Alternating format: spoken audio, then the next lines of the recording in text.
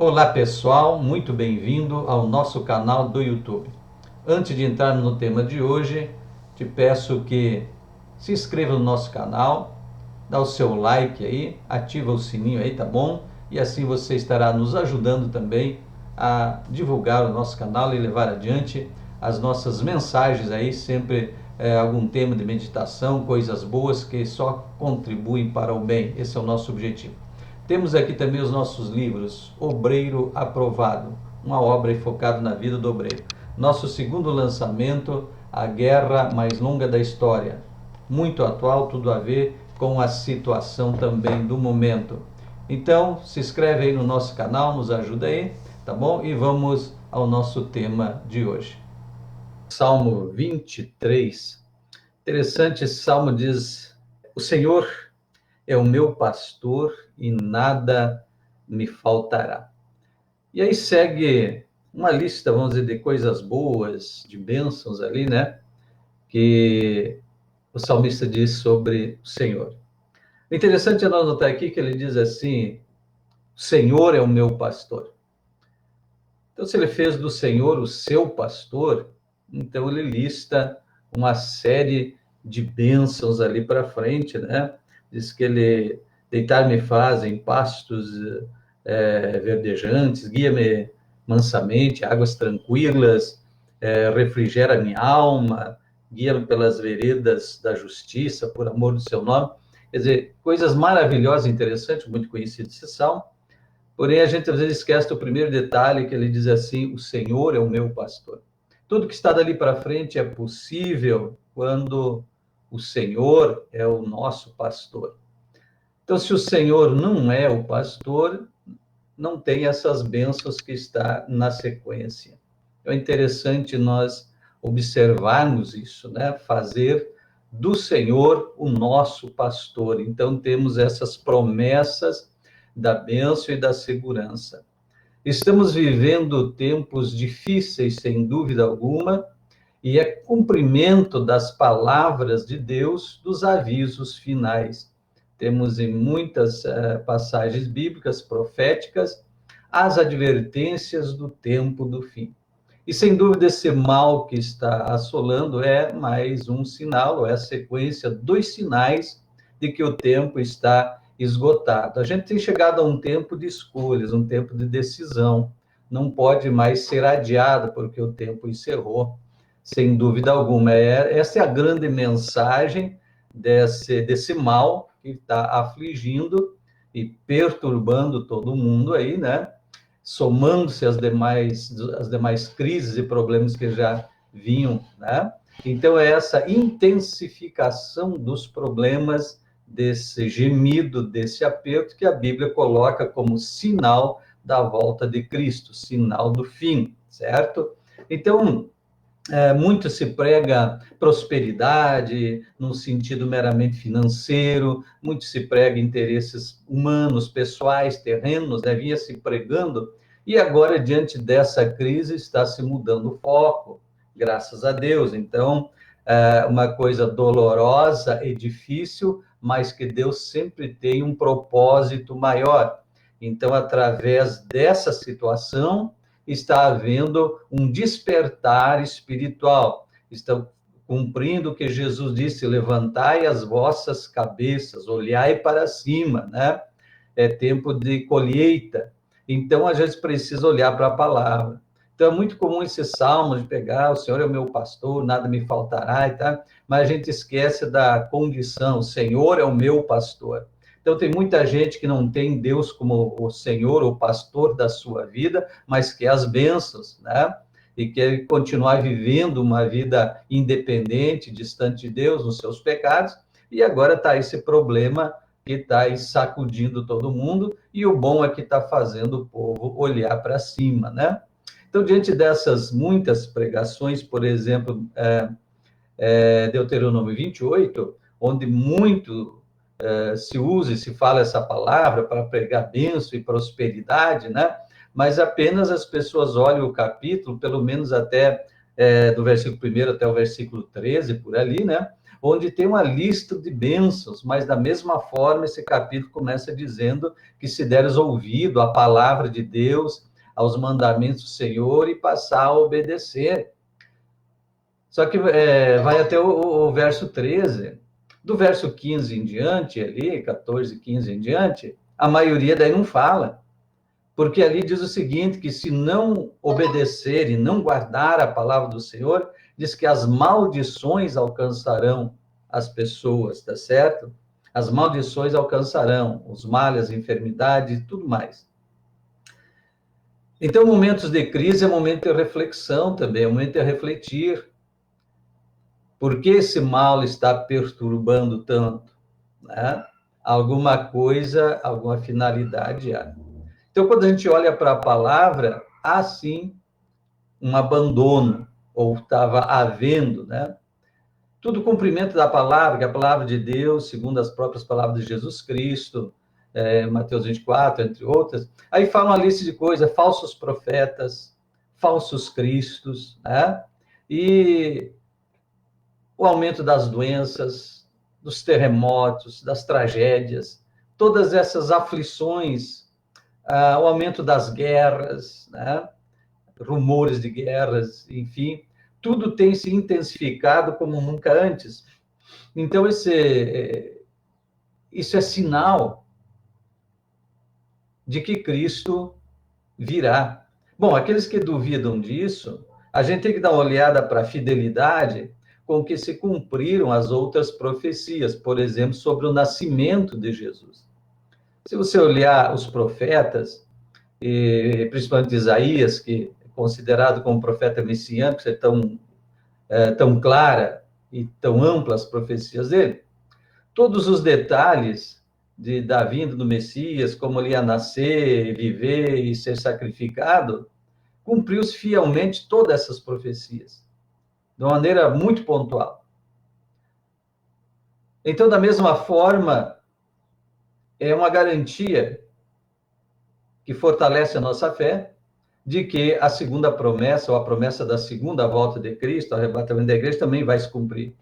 Porque se todas as demais profecias cumpriram fielmente, por que só essa não vai cumprir? A data não ficou marcada, mas os sinais para nos alertar ficaram. Então, o que está acontecendo hoje são sinais muito claros. E esses sinais estão dizendo que é tempo de despertar, de acordar, é tempo de olhar para cima. É tempo de examinar as próprias vidas, como está sendo na presença de Deus. Quando a gente pega essa sequência de Mateus 24 e 25, onde Jesus fez vários alertas com respeito a esse tempo, tem ali também uma parábola chamada 10 virgens, Mateus 25, onde ele fala também daqueles que estavam preparados e aqueles que estavam despreparados. Isso é muito evidente nos nossos dias hoje. Um povo fiel, um povo que está clamando e buscando a Deus e entendendo esse fato, está se preparando, está pregando, está alertando, bem como está na parábola lá de Mateus 25. Mas tem aqueles descuidados, displicentes, que não estão nem aí, estão achando que isso não faz sentido, procuram uma explicação científica, só que quando vai para essas explicações, a televisão está cheia, a internet está cheia de contradições. Ninguém tem um consenso, uma definição sobre esse mal que está aí, nem sobre a origem, nem sobre o tratamento, nem sobre cura, nem sobre solução. É cheio de opiniões dos que se acham entendidos e estão todos confusos. Os especialistas se contradizem. A confusão é grande. Nem tudo como a Bíblia diz. O Senhor apanha o sábio na sua própria sabedoria, né? E que a sabedoria dos homens é loucura, né, também. Assim como a sabedoria de Deus é loucura para os homens. Então, os homens no sentido natural, no seu estado natural, não entendem as coisas de Deus. A Bíblia diz isso, né? Então, precisa se entender pela visão espiritual das coisas. Então, tudo como está escrito está claro acontecendo, né? Está cheio de falsos profetas, falsos pregadores, falsos cristos, está cheio de dores o mundo, aflição, preocupações, ansiedades, o agito, a aflição das nações, guerras, conflitos, desentendimentos, enfim. E como eu já tenho dito em outros momentos, essa situação tem unido inimigos e dividido amigos, e dividido opiniões, e está todo mundo agitado. Mas que tem a ver com o Salmo? Precisamos colocar o Senhor como nosso pastor. Salmista, no meio de todas as aflições, e aí Davi, homem experimentado nas guerras, nas batalhas, perseguido, homem de muitas lutas e muitas aflições. Então, no meio de todas essas batalhas que Davi enfrentou desde menino, desde jovem, lembrando que nos primeiros desafios de Davi já foi enfrentar ursos e leões lá defendendo o rebanho de ovelhas de seu pai. Logo em seguida, antes dele ser projetado, o grande desafio dele foi derrotar Golias e depois ser perseguido por Saul e rei Saul, seu exército, e todo anos e anos de guerra. Depois, como rei, foi um rei em constantes guerras e batalhas e conquistas. Então, um homem experimentado nessas coisas, então ele pode dizer: o Senhor é o meu pastor e nada me faltará. Na conclusão desta ideia, o que eu quero dizer é o seguinte: estamos em momento de agonia, de luta, de aflição, de apreensão, de isolamento, quarentena, crise financeira, de desemprego crescendo, enfim, e que está gerando grande preocupação. Mas este salmo diz assim: o Senhor é o meu pastor e nada me faltará. Em meio às guerras e crises que Davi disse isso. Então, esta palavra vale para nós também hoje. Em meio a essa pandemia, em meio a essa crise, em meio a todas essas ansiedades, façamos do Senhor, Deus Todo-Poderoso, o nosso pastor. Ele vai cuidar da sua vida, da sua família, e vai passar essa grande, terrível situação que está aí preocupando o Brasil. Assim como em outros países, esse mal chegou aqui. Então, está trazendo preocupação? Tá, mas o Senhor é o nosso pastor. Põe fé nisto, na palavra de Deus. Estou falando aqui uma palavra de Deus. Ponha fé nisto. Faça do Senhor o seu pastor. Ele vai cuidar de ti, da sua família, da sua casa. Vai cuidar de suprir as necessidades, vai cuidar de livramento, vai cuidar da cura. É disso que Davi está falando neste salmo, entre outros, né? Mas é importante ver que este mal é um sinal de advertência, é um sinal que está dizendo: é tempo de olhar para cima. É mais um que se soma a todos os demais sinais para dizendo: está esgotado o tempo, olhe para cima, se prepare. Faça do Senhor o seu pastor. Lá em Mateus também 6 tem muito conhecida a chamada oração do Pai Nosso. E diz: Pai nosso que estás no céu, santificado seja o teu nome e venha a nós o teu reino. Esta oração que começa assim, ela nada mais é do que um modelo de oração que mostra, primeiro, uma entrega a Deus, um reconhecimento de que Deus é o Senhor, de que Ele tem o domínio, né? E devemos nos submeter ao reino dele, trazer o reino dele à terra, expandir o reino dele aqui. Essa é a missão da igreja. E esse é o caminho, então, da nossa segurança, da nossa salvação. Salvação. Essa é a grande questão. Salvação. Porque mais cedo ou mais tarde, tudo por aqui acaba. E esse mal está dizendo: o fim chegou. O tempo esgotou. A qualquer momento, a igreja será tirada. A qualquer momento, né, as coisas acontecem. Deus tem um tempo determinado para tudo. E o que a Bíblia revela é que serão tempos de dores e aflições. Diz que terão pessoas desmaiando de terror. Tamanho é a tribulação que está por vir. Ainda está por vir, sim. Mas isso que está aí é apenas sinais. Se o que nós estamos vivendo hoje são apenas os sinais, você já pode imaginar quão terrível será, então, a grande tribulação? Terrível. Olha para o Apocalipse. A boa notícia é que Deus tem salvação para mim e para você. Não precisa cair nessa aflição e acabar na perdição eterna ainda. Hoje ainda está um momento que o evangelho está sendo pregado, a igreja ainda está na terra, as portas da pregação estão abertas e o convite de Deus ainda está valendo. Vinde a mim todo que está cansado, oprimido, sobrecarregado, e eu aliviarei. Cortareis descanso para as vossas almas. Né? Ainda está soando o convite, dizendo: eis que estou à porta e bato, e se alguém abrir, eu entrarei, cearei com ele e ele comigo. Ainda está aberto, ainda está valendo. Até quando? Não temos data. Pode ser a qualquer momento, a porta fecha e a tribulação se intensifica.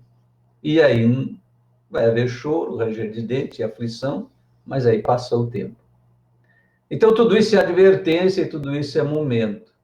É o tipo de palavra que eu estou falando aqui, é o tipo de palavra, de mensagem que não atrai multidões.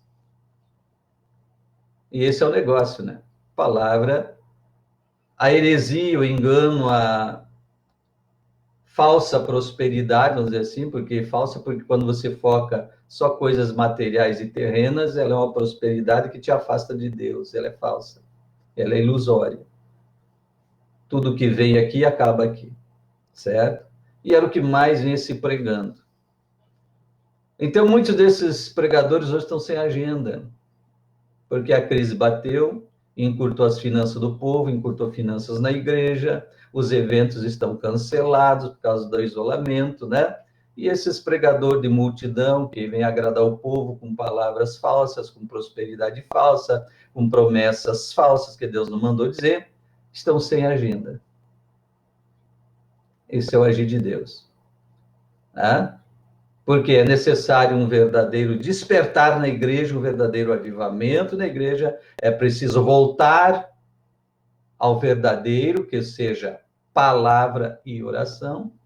Na maioria dos casos, a palavra de Deus, a pregação da palavra foi banida de muitos púlpitos, 2, 3 horas de culto e 15 minutos de palavra de Deus, quando tem. E na maioria das muitas pregações, o foco não é mais arrependimento, quebrantamento, salvação. O foco é prosperidade, prosperidade, solução, e bênção, e bênção, e bênção. E não conversão, conversão, conversão. Pois bem, Deus permitiu esse mal e está mudando o foco e a visão e as pregações.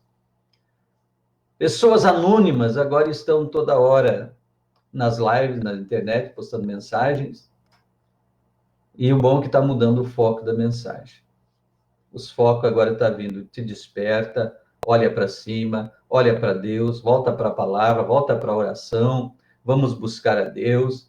Pessoas estão orando, intercedendo pela nação, que essa crise está sacudindo a nação, as brigas políticas, corrupção, briga contra o governo, está intensificando cada dia, e um povo está orando pela nação, um povo está orando pela igreja, muita gente está despertando verdadeiramente, orando pela nação, orando pela igreja, por avivamento, por renovação, por transformação de mentalidade, por uma abertura da visão, realmente voltar ao foco verdadeiro da palavra e da oração, que isto é positivo, Deus está fazendo. Então, veja bem, quando Deus permite um mal, tem um efeito corretivo e tem uma finalidade sublime e maior.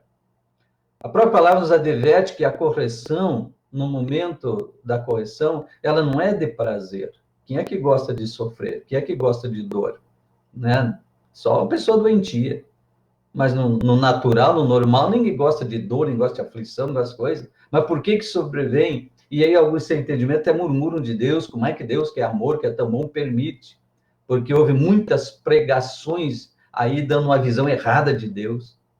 Deus é Pai, Deus é misericordioso, Deus é de amor, amém. Mas Deus também é de justiça. E o pecado vai ser um ponto que Deus tem um limite, diz agora tem que entrar correção, antes que se perca tudo. Isso é a lição que o dilúvio nos ensina. Então, chega um momento de uma correção, e a correção ela é de dor. Mas o fruto que vem depois é bênção. Então, com toda certeza, ao passar deste mal, porque ele vai passar, E quando passar isso, pode ser que venha outro, né? A Bíblia diz que o mundo vai de mal para pior. Verdades que ninguém quer dizer, mas é verdade.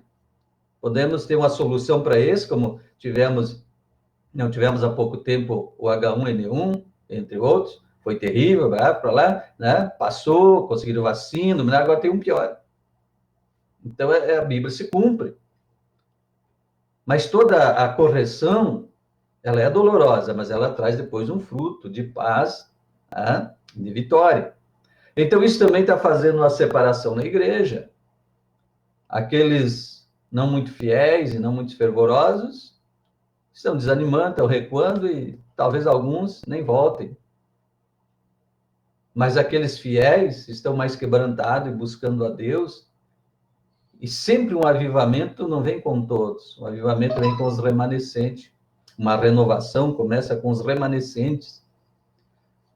Então, esse mal que está afligindo hoje a igreja, os remanescentes da igreja serão usados pelo Espírito de Deus para o avivamento e para a renovação que está vindo sobre a igreja e sobre o povo de Deus. Por que isso é necessário? Para que se possa cumprir a missão de ganhar as milhares e os milhões de almas para o reino de Deus nesse tempo do fim. Então, sem dúvida, é um processo de renovação na igreja, de reavivamento para uma missão mais intensa debaixo de um avivamento final para o arrebatamento da igreja. Com certeza é isso. Olha para a palavra, olha para as profecias e você vai entender isso. E acalma seu coração, confia que Deus está no controle e que absolutamente nada acontece sem o consentimento de Deus, sem a permissão de Deus. Vamos fazer como Jesus diz, olhar para cima, olhar para a... Vamos ver tudo que ela nos revela.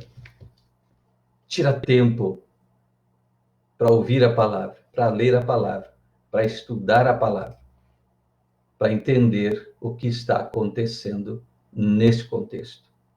Tá bom, gente? Deus abençoe. Boa esta conversa de hoje.